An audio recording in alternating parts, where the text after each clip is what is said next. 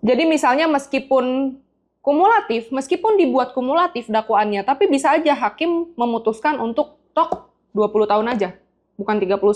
Ini mirip-mirip seperti dengan orang yang dituntut hukuman mati ya, tapi ujung-ujungnya cuma 20 tahun. Gimana hukum kita dalam melindungi si korban? Apa yang dilakukan untuk pemulihan batin si korban?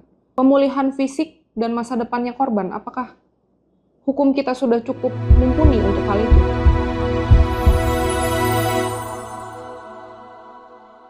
Halo semuanya, welcome back di Quotient TV. Kali ini aku mau bahas satu berita sama kalian ya. Ini beritanya ada di Kumparan.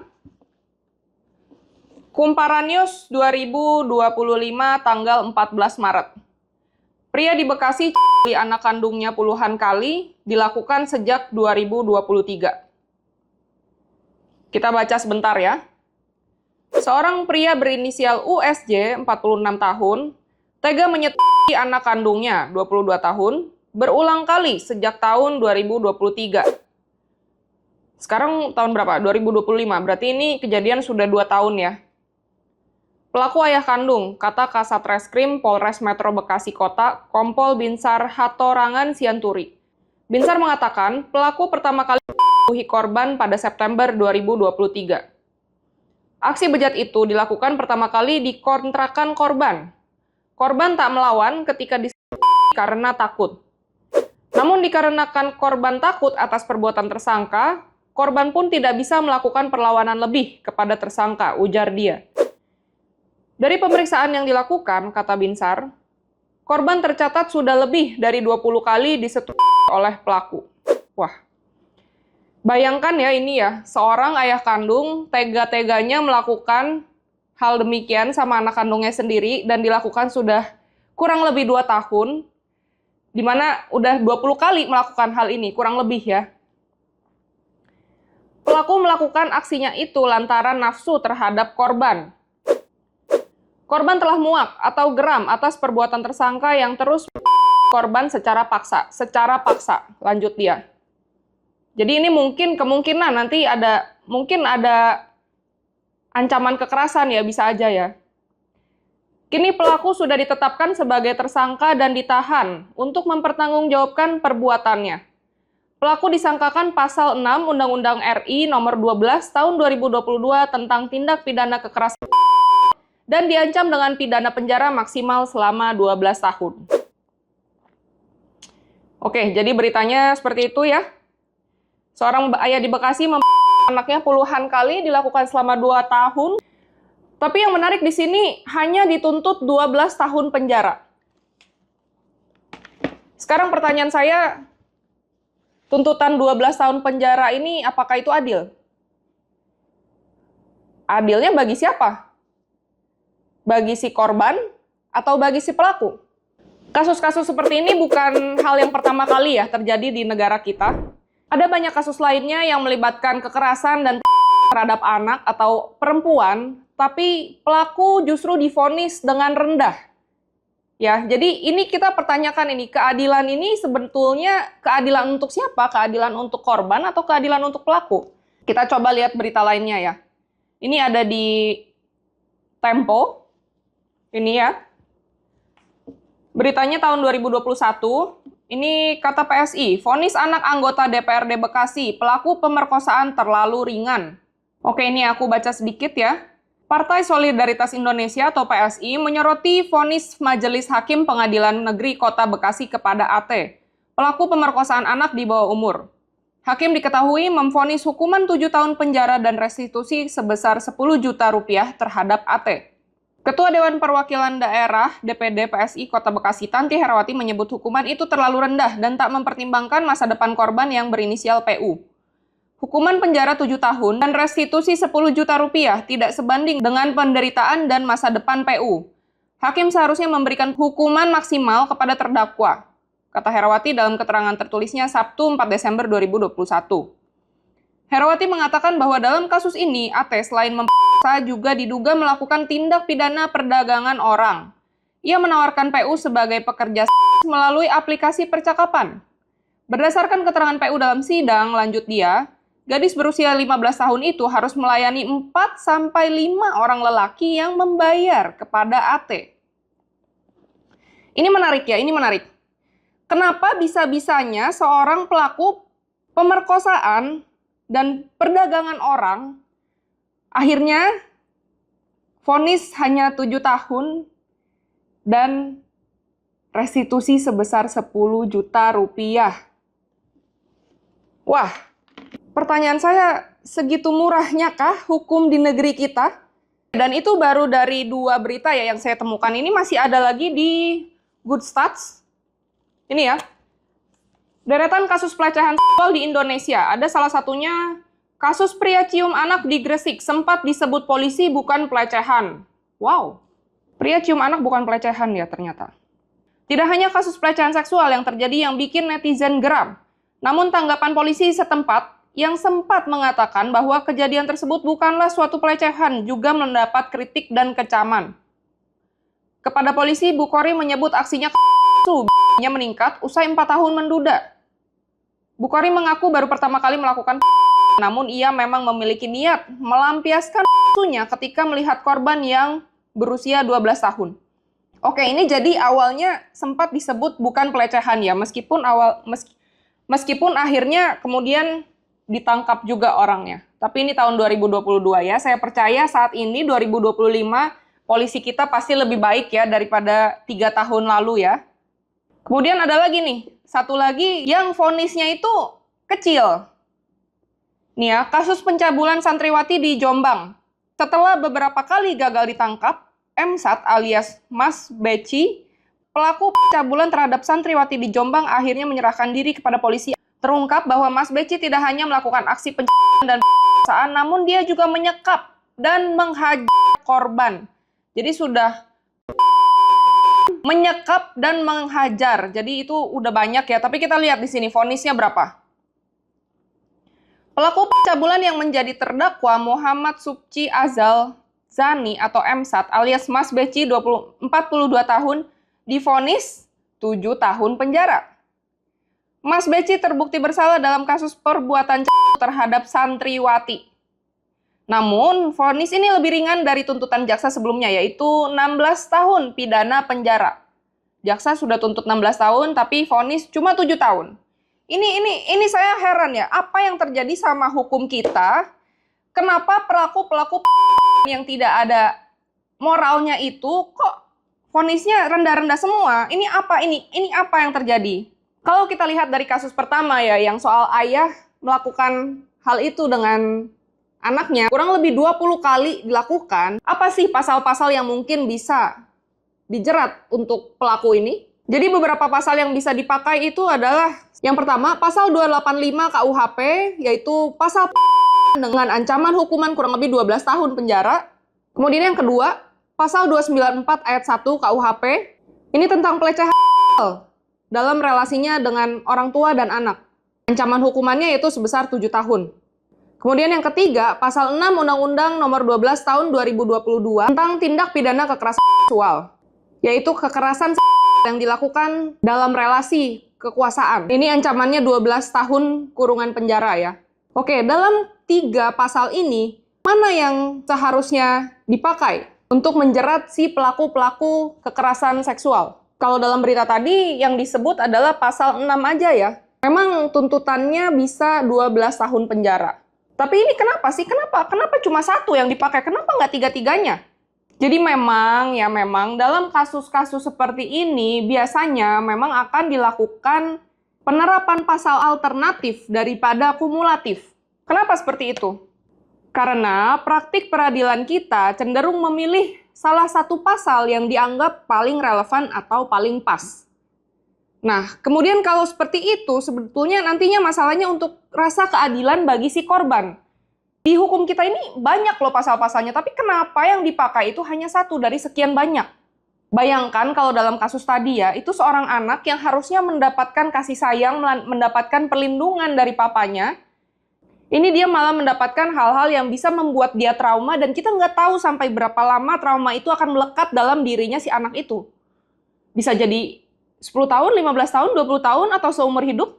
Atau bisa jadi dia trauma dan mungkin dia bisa jadinya nantinya nggak menikah karena dia trauma akibat sudah diperlakukan seperti itu oleh ayahnya. Jadi ini sayang sekali ya, sangat-sangat disayangkan dari sekian banyak pasal yang ada, tapi hanya dipilih salah satu.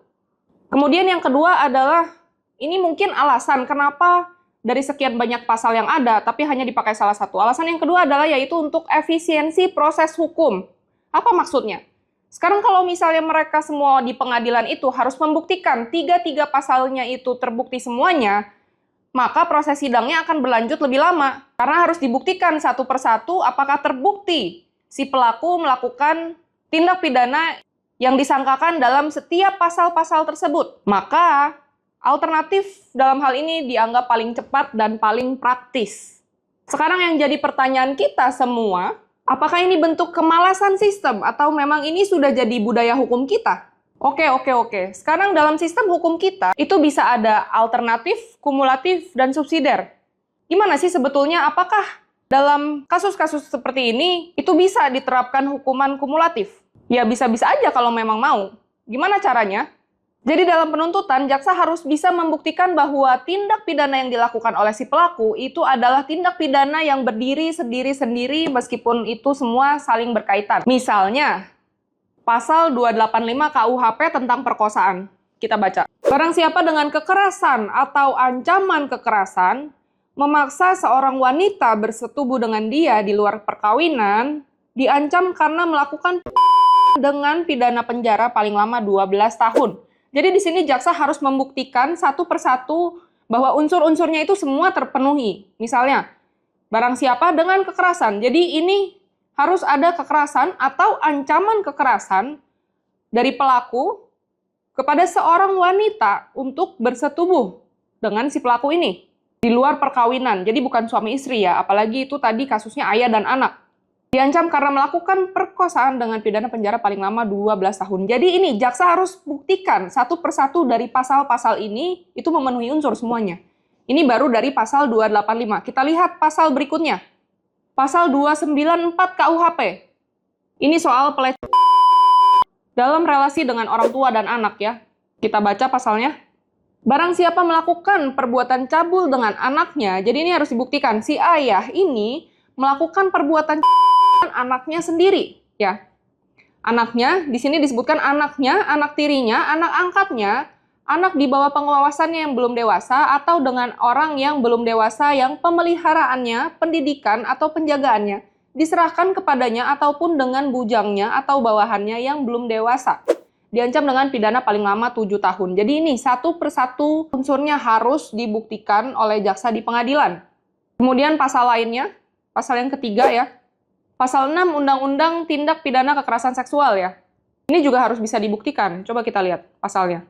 Ini ada ayat B dan C ya. Setiap orang yang melakukan, nih, ini harus terbukti semua ya unsur-unsurnya nanti di pengadilan ya. Kalau memang mau dibuat kumulatif. Poin B, setiap orang yang melakukan perbuatan seksual, jadi harus terpenuhi nih. Setiap orang itu kan tadi pelaku yang melakukan perbuatan seksual secara fisik.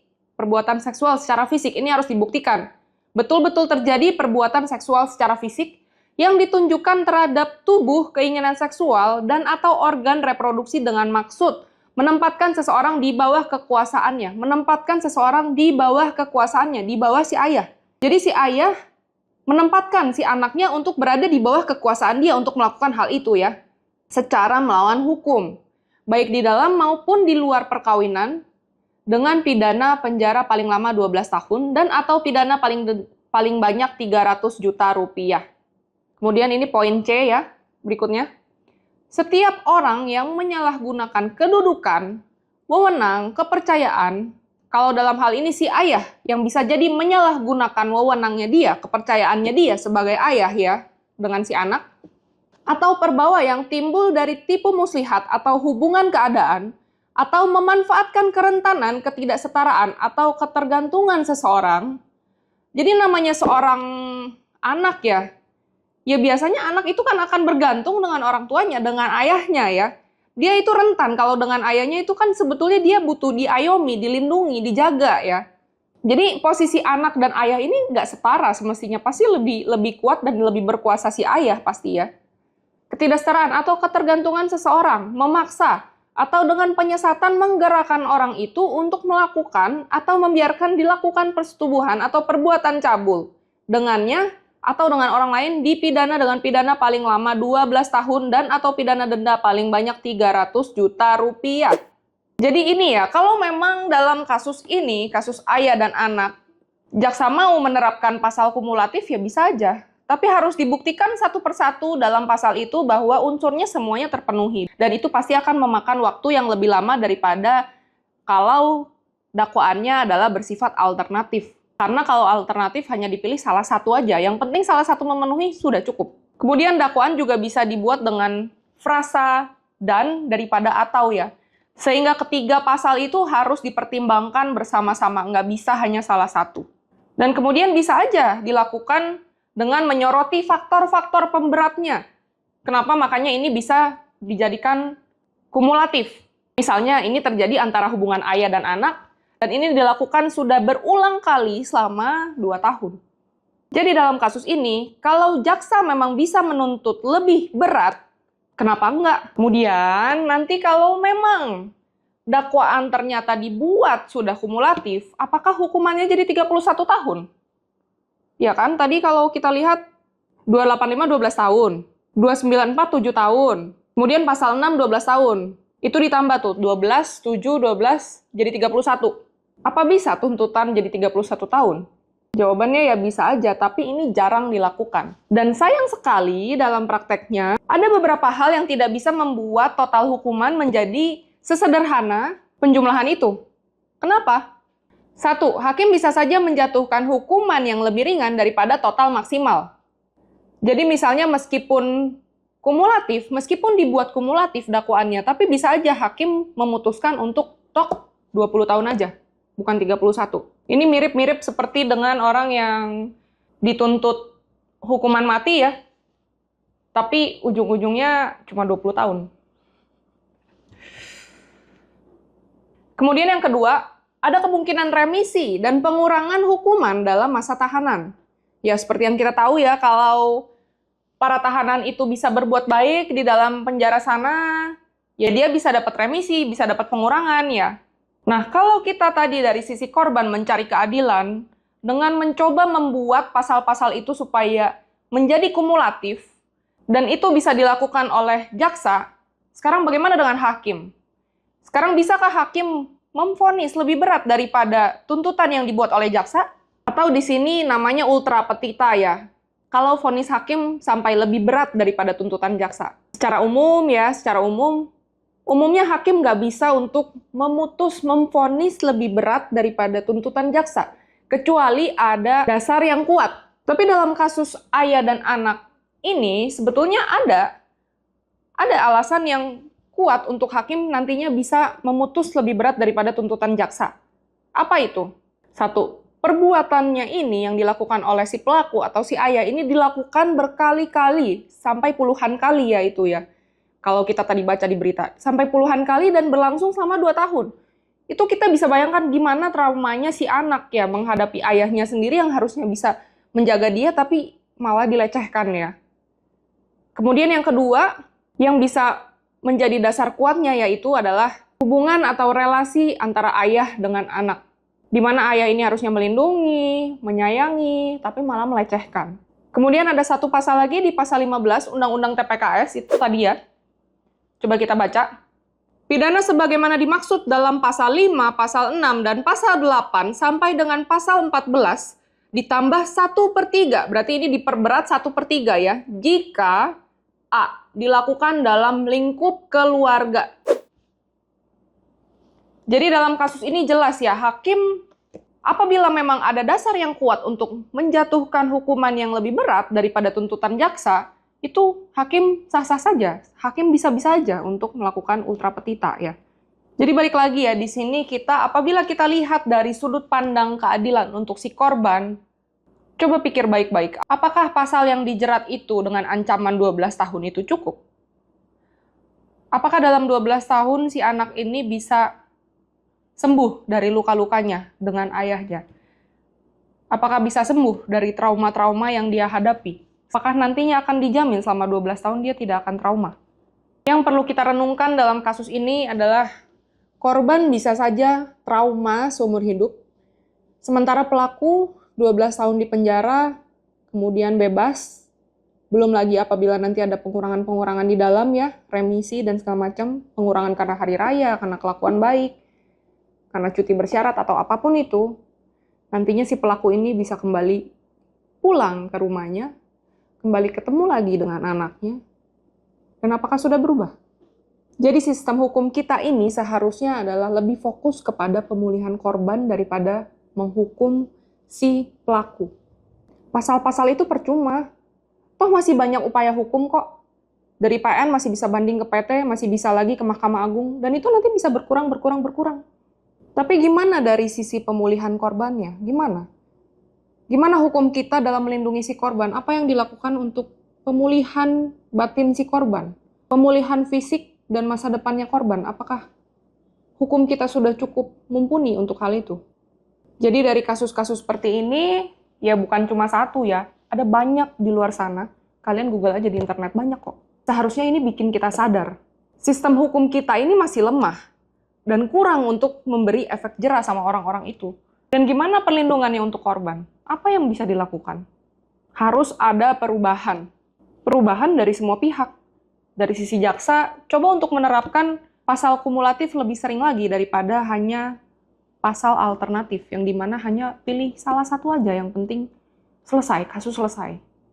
Itu dari sisi jaksa. Kemudian dari sisi hakim, semoga hakim-hakim yang di sana bisa lebih peka lagi, lebih punya hati lagi untuk membela si korban yang menerima perlakuan tidak menyenangkan ini. Perlakuan yang bisa bikin dia trauma seumur hidup. Kalau memang ada faktor pemberat dan itu memungkinkan untuk dilakukan, ya vonislah lebih berat. Masih ada kok pengurangan-pengurangan nanti di sana, di lapas-lapas itu masih ada. Jadi kalau memang dari awalnya sudah ringan sekali, ya gimana nanti kesananya? Dan korban dalam hal ini bisa jadi perempuan, bisa jadi anak-anak, harus jadi pusat perhatian dalam sistem hukum kita.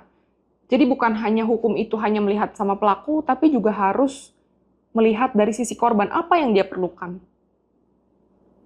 Apakah hukuman untuk pelakunya itu cukup adil atau enggak? Coba menurut kalian gimana sih supaya hukum kita ini bisa lebih adil lagi untuk korban?